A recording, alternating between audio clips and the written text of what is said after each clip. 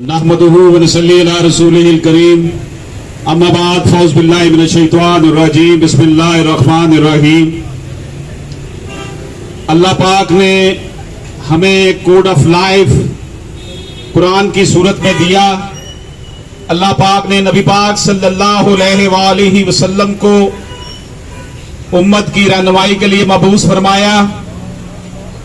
अल्लाह पाक के फजलो करम से ये मुल्क भी ला इलाहा इल्लल्लाह मोहम्मद रसूलुल्लाह के नाम पर हासिल किया गया, वरना बड़े सगीर पाको हिंद में मुस्लिम हुक्मरानों ने 800-900 साल हुकूमत की, लेकिन एक ऐसी रियासत जनूबी एशिया के मुसलमानों को दरकार थी जहां पर वो कुरान और सुन्नत के मुताबिक अपनी जिंदगी गुजार सकें। पाकिस्तान बना, नारा सिर्फ यही था कि ये इस्लाम की लिबर्टी होगा, लेकिन चंद फीसद हुक्मरान अशराफिया ने पूरी कौम को यरगमाल बनाया हुआ है। एस्टेब्लिशमेंट हो जाए, सियासत हो जाए, कारोबार हो जाए, ये सरमायादार, जागीरदार, जमींदार, इन सब लोगों ने गठजोड़ किया हुआ है और पिछले 75 सालों से अवाम का भरकस निकाला हुआ है।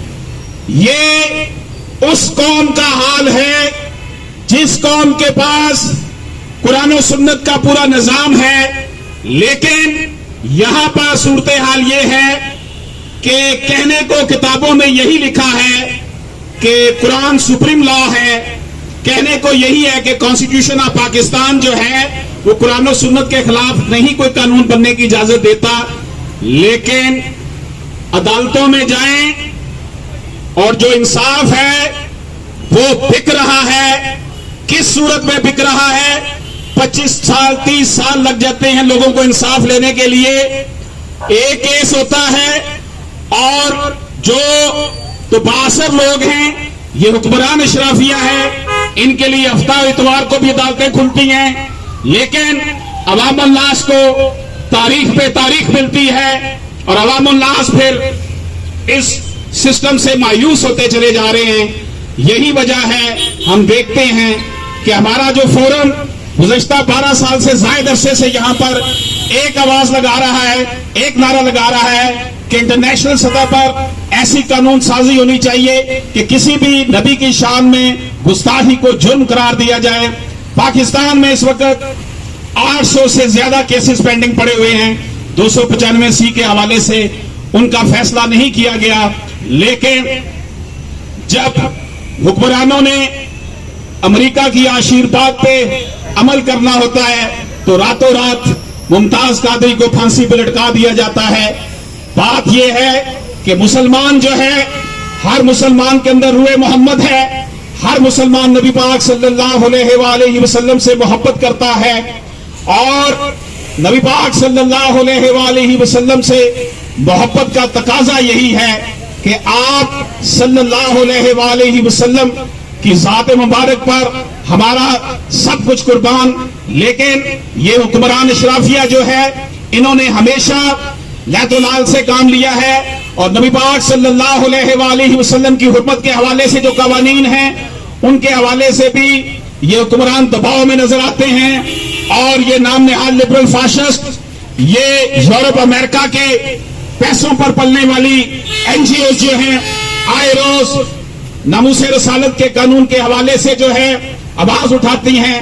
दर हकीकत हमारी हुक्मरान अशराफिया जो है उसको सिर्फ अपनी हुकूमत से गर्ज है, उसको सिर्फ रियाया चाहिए जो इस मुल्क की 99% अवाम को उन्होंने यरगमाल बनाया हुआ है। अगर आज कुरान और सुन्नत का निजाम नाफिज हो जाए तो तमाम मसाइल हल हो जाए। उमर फारूक रजी अल्लाह ताला अन्हु का अदल हमें नजर आए। आज हमारी मैशत बीमार बनी हुई है, आज हमारी जो सियासत है इससे घिन आती है। आज जब हम देखते हैं कि हमारे जो सरकारी अदारे हैं वो अवाम को इस तरह नोच रहे हैं जिस तरह के मुर्दार को नोचा जाता है, ये सूरत हाल है उस पाकिस्तान की जो एक नजरियाती मुमलिकत है, तो मुझे फिर यही कहना होगा, फिर तुम्हें कह भी दिया ला इलाहा तो क्या हासिल, दिलो निगाह मुसलमान नहीं तो कुछ भी नहीं। वाइजों के रूप में छुपे मदारियों सुनो, बागबान के भेष में छुपे शिकारियों सुनो, तुम्हारे कार पुरफसू की आखिरी ये शाम है। खुदा की सरजमी पर खुदा का राज हो, ना को हुक्मरान हो ना साहिब इखराज हो। इंशाअल्लाह वो वक्त दूर नहीं जब इस मुल्क में कुरान और सुन्नत का निजाम नाफिज होगा। अल्लाह पाक हम सब का हामी और नासर हो।